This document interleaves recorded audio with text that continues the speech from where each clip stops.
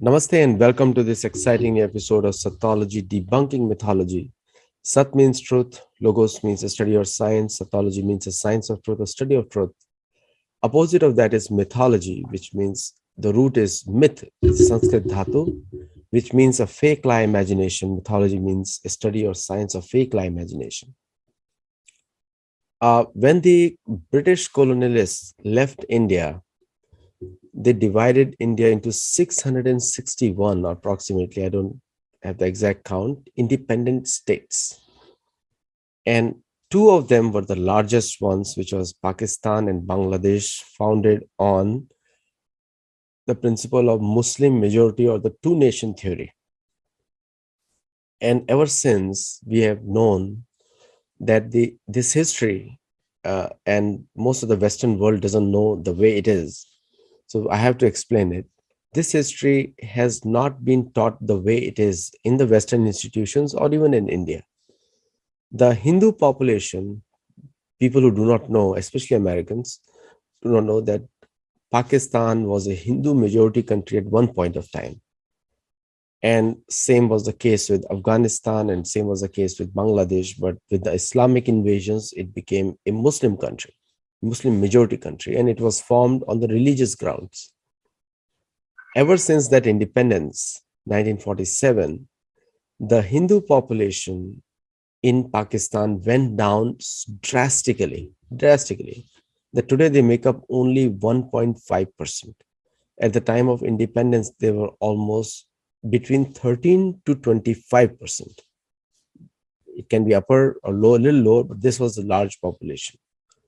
On the other hand, the Muslim population in India rose many, many times over, and Muslims enjoy basic freedom in India, whereas Hindus do not have any freedom in Pakistan. In fact, one of the cricketers, there, Danish Kaneria, he often complains that he is not in the Pakistani team or he was taken out because he was not a Muslim. That is on the game also. So I have very, very special guest today. He works on the rights of those people who came to in partition to India during that time and tries to rehabilitate them, those Hindus who run from those countries, especially Pakistan, to come to India to protect their families. I mean, in Pakistan, the kidnapping of Hindu women is very common, and forced conversion through coercive tactics such as human exploitation of women, especially. You all can understand. I want to take the name, don't want to take the name. It doesn't look nice in the morning for all of you. So let us welcome Sri Jay Ahuja from Jaipur. Namaste. Namaskar. Okay, how are you, Aditya ji? Yeah, very well. And thank you for joining the show today. So, in your own words, how do you summarize the condition of Hindus in Pakistan? Mm, See, some in 21st century, people are living in hell on the basis of their religion. This is the situation of any minority in Pakistan, either Hindus, Sikhs, Christians. Largely, three minority communities are there. Some small population in metros is Persians, also Parsis, but major population is Hindus and Sikhs and Christians. So they are living in hell in 21st century.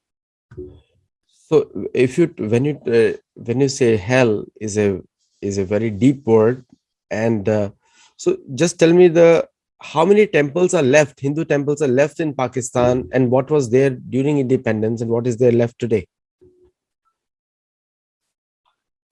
See, we cannot say any exact number, Aditya because earlier it was Bharat, it was undivided India, and there were a lot of temples and there are a lot of stories of our Hindu dharma related to them.